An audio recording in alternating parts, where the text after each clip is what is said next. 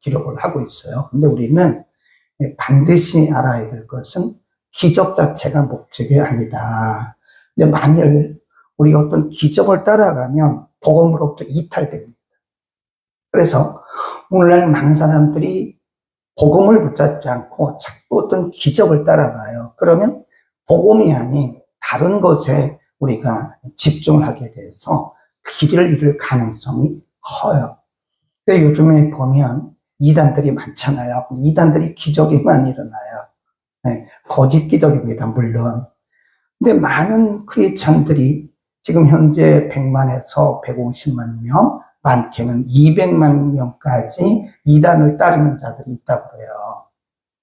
되게 보면 이단을 따르는 자들을 보면 그 복음의 뿌리가, 말씀의 뿌리가 없으니까 자꾸 뭘 보고 믿으려고 하는 거예요. 기적은 수단이다. 그래서 써놓으세요. 기적은 목적이 아닙니다. 기적은 예수님께서 기적을 통해서 자신이 누구인가, 예수님의 구원자 되심, 메시아 되심을 증거하기 위한 수단이었다. 그러니까 우리가 어제까지 맹인이, 날 때부터 맹인 되었던 사람이 예수님을 만나서 눈을 뜨는 장면, 그게 단지 그 사람에게 해당되는 게 아니에요. 이 세상에 이 죄악으로 인해서 어두워진 눈들을, 예수 그리스도를 만나면 삶이 바뀌는 거예요. 왜냐하면 예수님은 빛이시기 때문에 예수님을 만나는 순간 인생의 삶의 방향이 바뀝니다. 우리는 그걸 거듭남이라고 신학적으로 표현을 하는 거예요. 우리가 이렇게 사람을 보면요, 예를 들어서 저분이 진짜 복음을 믿는가, 아니면 저분이 진짜 말씀을 아는가, 저분이 진짜로 예수를 만났는가 하는 것은 우리가 알 수가 없습니다. 그런데 그 사람의 삶의 방향을 보면 알아요. 방향. 이 사람의 목적이 뭐냐, 삶의 목적이 뭐냐. 어떤 옛날에 중세 시대의 어떤 신학자는 이렇게 말했어요. 그 사람이 진짜 구원받았는지, 진짜 크리스찬인지를 알기 위해서는 그 사람이 돈을 쓴 것을 보면 안다. 돈의 용도. 맞죠? 그렇죠. 정말 구원받고 정말 복음 안에 있는 사람들은 돈의 용도가 틀려요. 내가 잘 먹고 잘 살려고 쓰는 그 용도는 이미 세상적인 거죠. 네. 그래서 그분의 말이 저는 맞다고 동의를 합니다.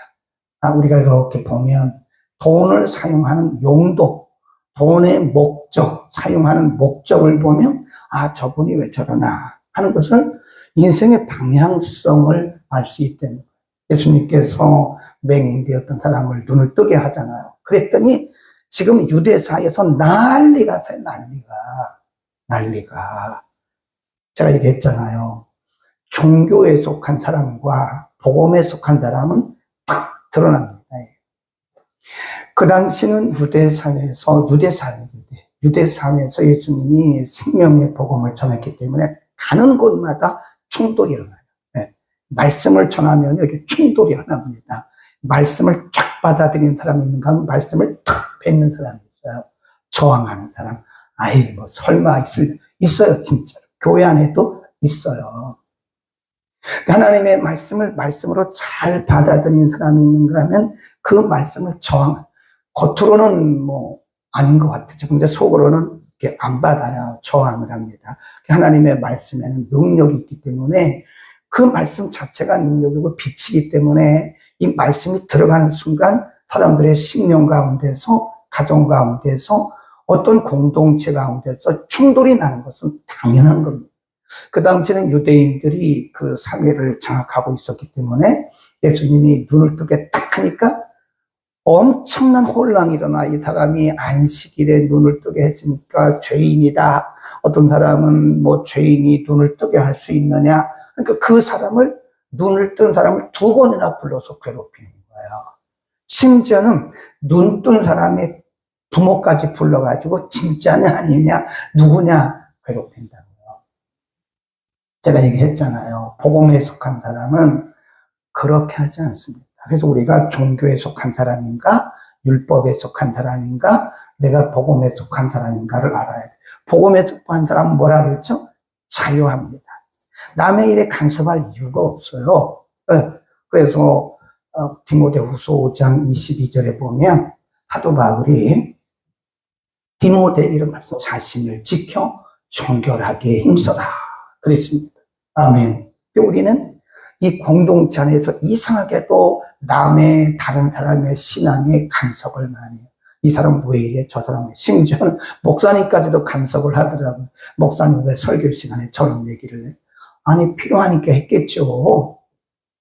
그러니까 이상하게 우리는 우리 자신의 정교를 따지지 않고 다른 사람에게 간섭을 많이 하는 거예요.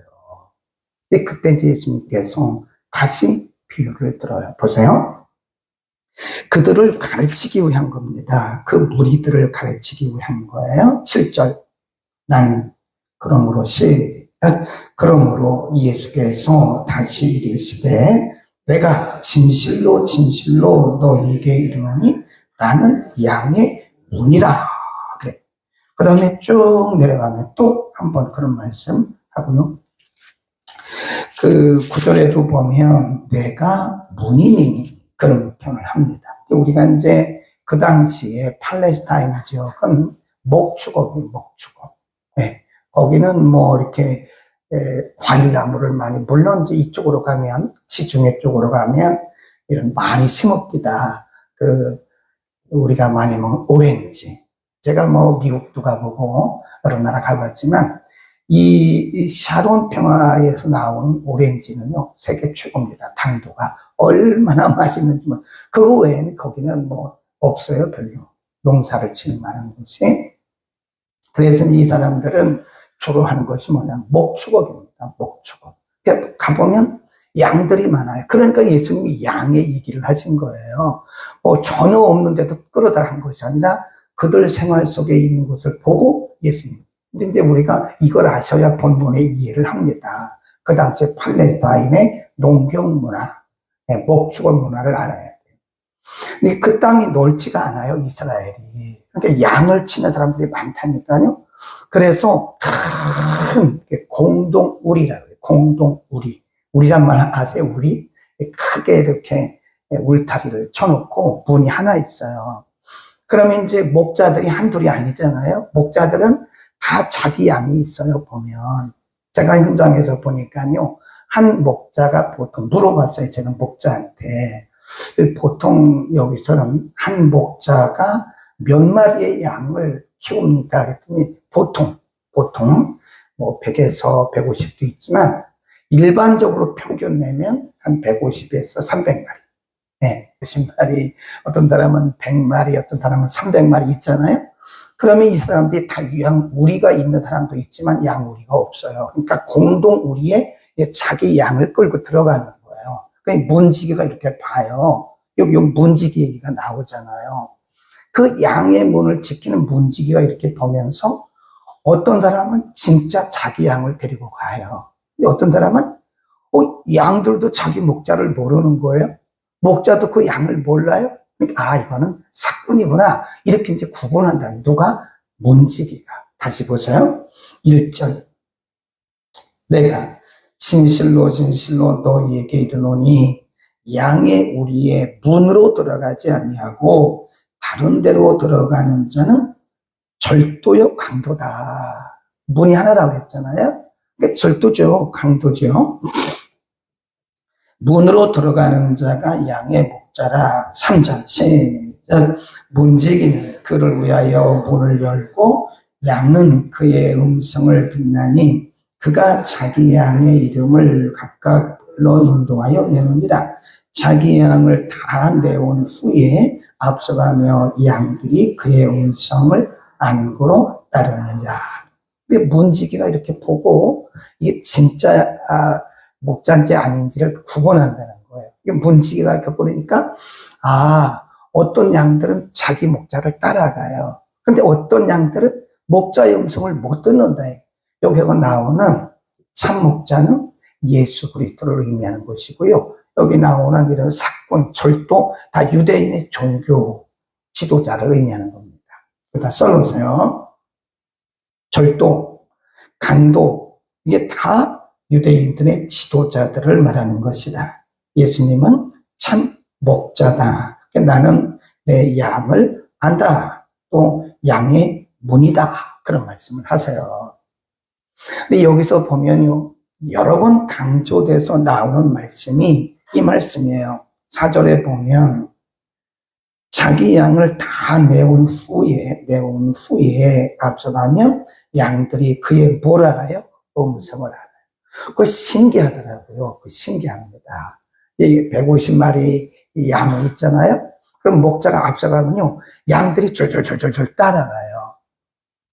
그거 신기하더라고요. 근데 그 목자가 이 소리를 내요. 뭐 저는 잘 못하겠는데 이렇게 손을 넣어가지고 이렇게 벌리면서 무슨 뭐 휘파람 소리 같은 건데, 그러면 양들이 척 따라와요. 그리고 또 휘파람 소리를 한 2번 하면 또 가다가 서요.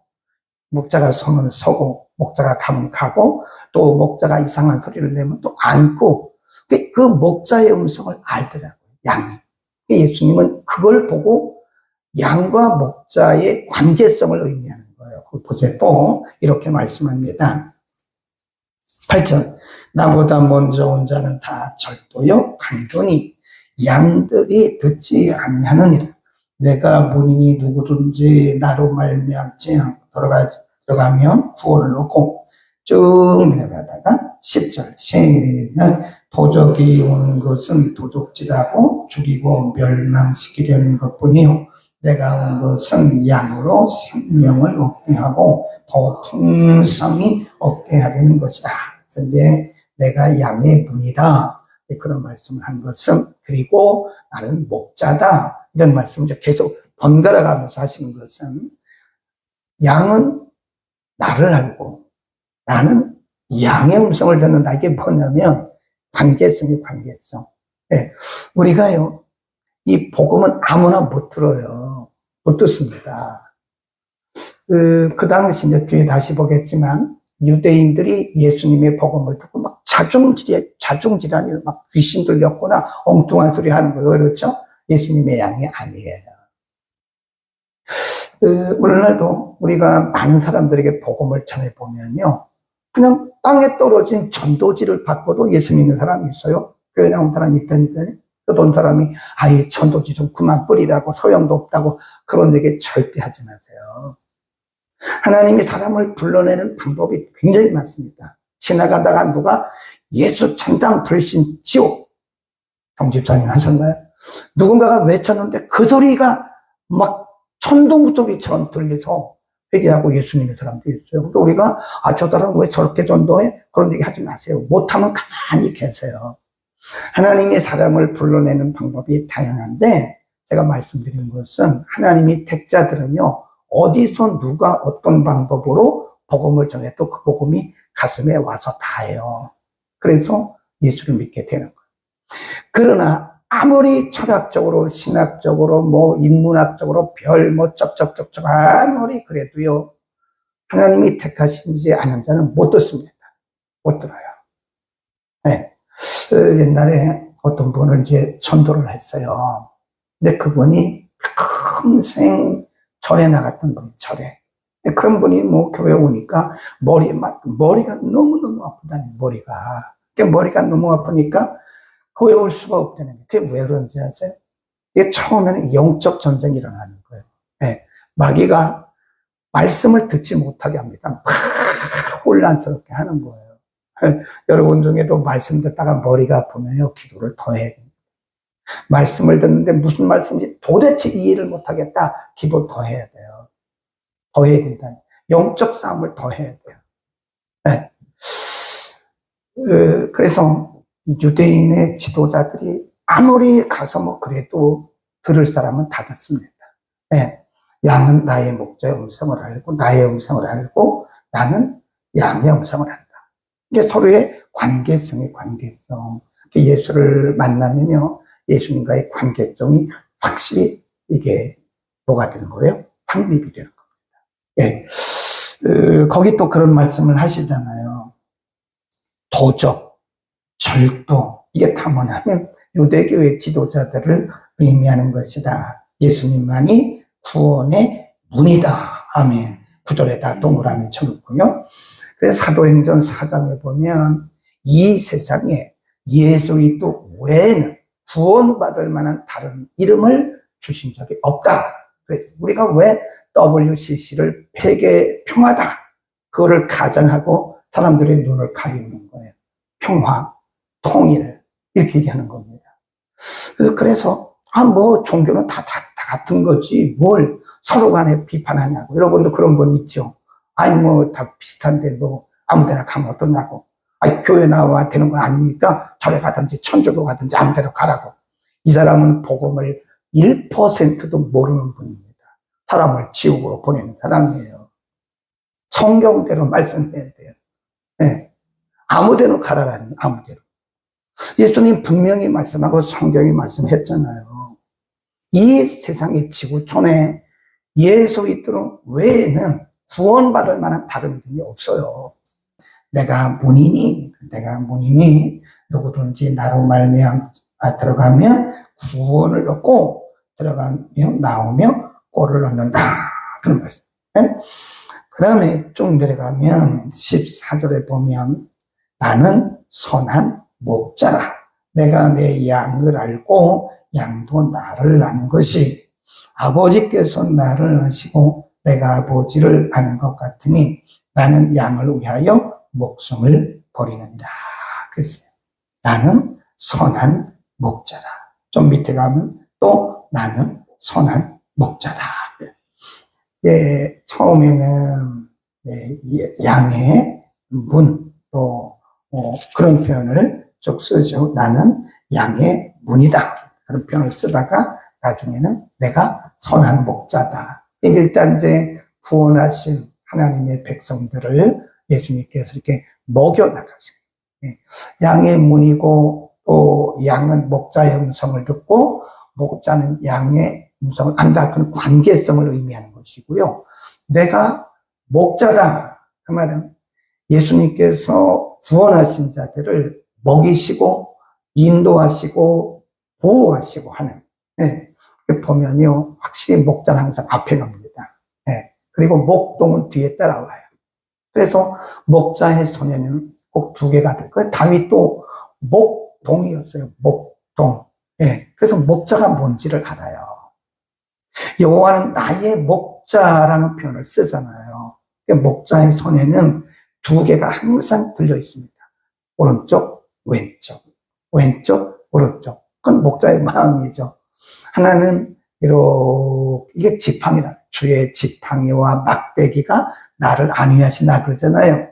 이렇게 지팡이, 진짜 지팡이입니다. 길어 이렇게 들고 다니. 한쪽에는 막대기, 스틱이라고 해요. 스틱. 쫙 이렇게 된 막대기. 이렇게 한쪽에는 이렇게 지팡이, 한쪽에는 이렇게 쫙 되는 막대기. 이 용도가 있어요. 그게 용도가. 제가 우리 중직자 교육 때 말씀드렸잖아요. 양은 이 시야가 5m를 못 넘는데요. 그러니까 이사야서 53장에 보면 우리는 다 양 같아서 어떻게 했다고 그랬어요? 그릇된 길로 가잖아요.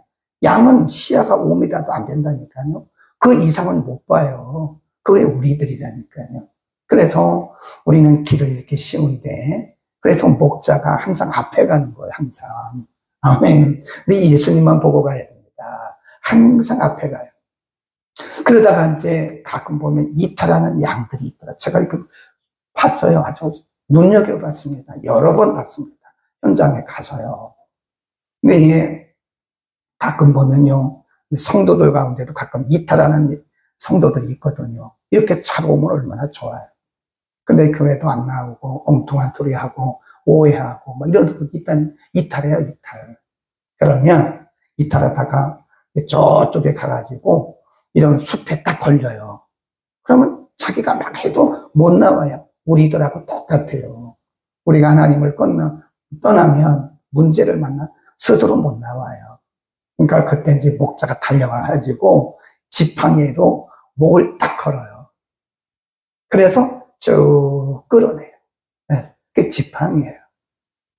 그 막대기는 뭐냐? 막대기는요, 이렇게 보니까 양들이 한 150마리가 가다 보면은요, 항상 늑대 같은 맹수가 달려들어요. 그럼 양들은 어떻게 할 수가 없어요. 와서 팍 물어가지고 죽이거든요. 막 끌고 가요.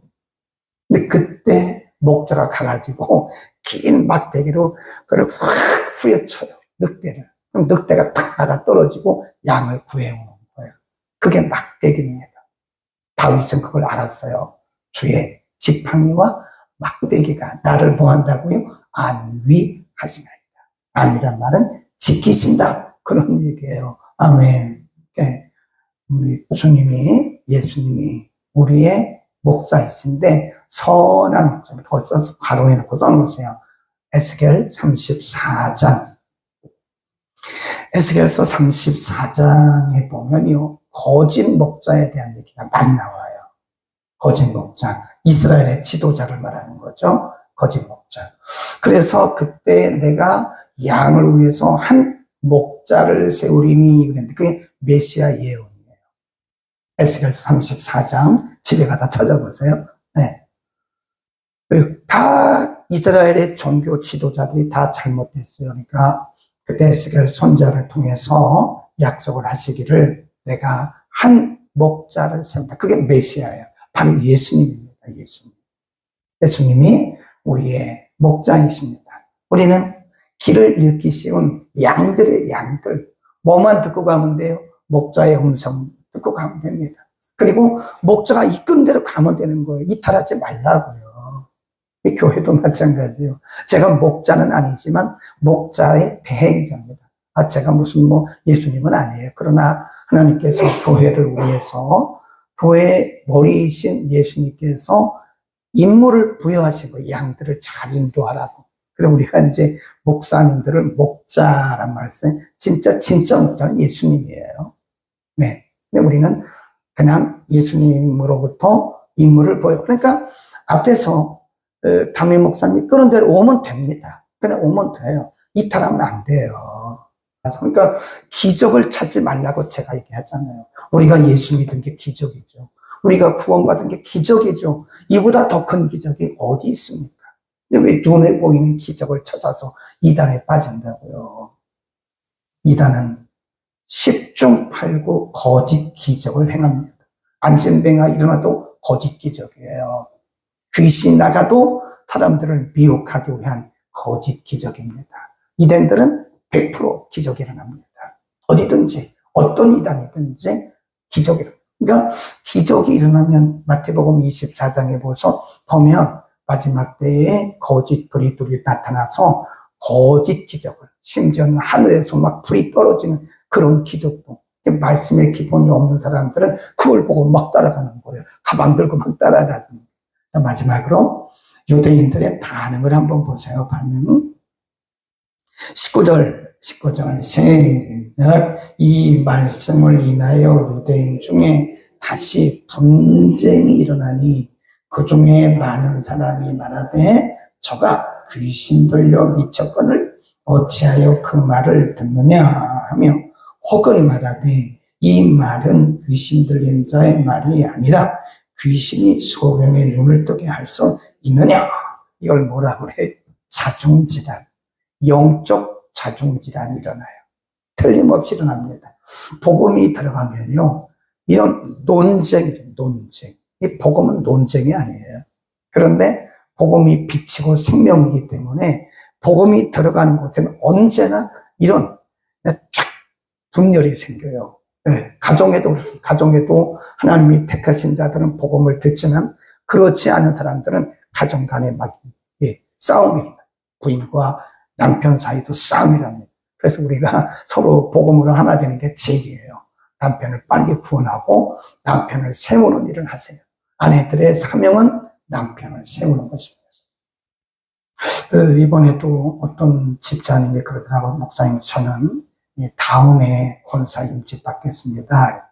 왜요? 남편을 먼저 세우고 그 다음에 제가 받겠습니다. 멋있어요. 같이 받았으면 좋았는데 남편을 먼저 세우고 나서 제가 받겠습니다. 그것도 맞긴 하는데 같이 받으면 좋겠죠.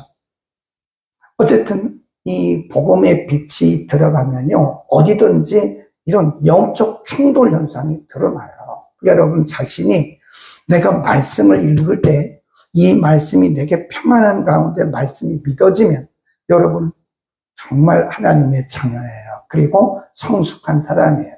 근데 말씀을 읽는데 어떤 말씀은 아니야, 어떤 말씀은 맞아 이러면서 말씀 속에 스스로 막 영적 충돌이 일어나면 기도를 더 해야 돼요. 영적 충돌. 우리 가운데 말씀을 듣고 충돌하는, 말씀의 충돌 현상이 없이 이 말씀을 아멘으로 쫙쫙 받아들이는 그런 마음밭이 되기를 축복합니다. 기도합니다. 걸어가신 우리 아버지, 오늘은 날 때부터 맹인되었던 자를 고치신 이후에 유대인들 사이에서 일어났던 여러 가지 영적 충돌, 영적 자중질환에 대해서 공부하고, 이를 위해서 특별히 예수님께서 나는 양의 문이다, 나는 선한 목자라고 말씀하시면서 이 땅에 오직 구원의 길은 예수 그리스도만인 것을 우리에게 가르쳐 주셨습니다.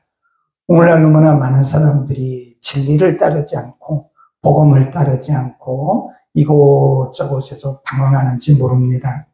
하나님 우리를 먼저 구원하신 것은 저들에게 생명의 복음을 전하라고 하시는 줄로 믿습니다. 사람들이 듣든지 아니 듣든지 오늘도 생명의 복음을 전하는 복음 전도자의 삶을 살게 하시고, 행여나 우리 가운데 아직도 말씀의 충돌 현상이 있다면 하나님 우리를 더욱더 깊은 믿음의 세계로 인도하시고 우리의 믿음이 더 성숙하여 하나님의 말씀을 하나님의 말씀으로 듣는 데살로니가 교회 성도들 같은 신실한 믿음의 성도들이 되게 하여 주옵소서. 예수 그리스도의 이름으로 기도드립니다.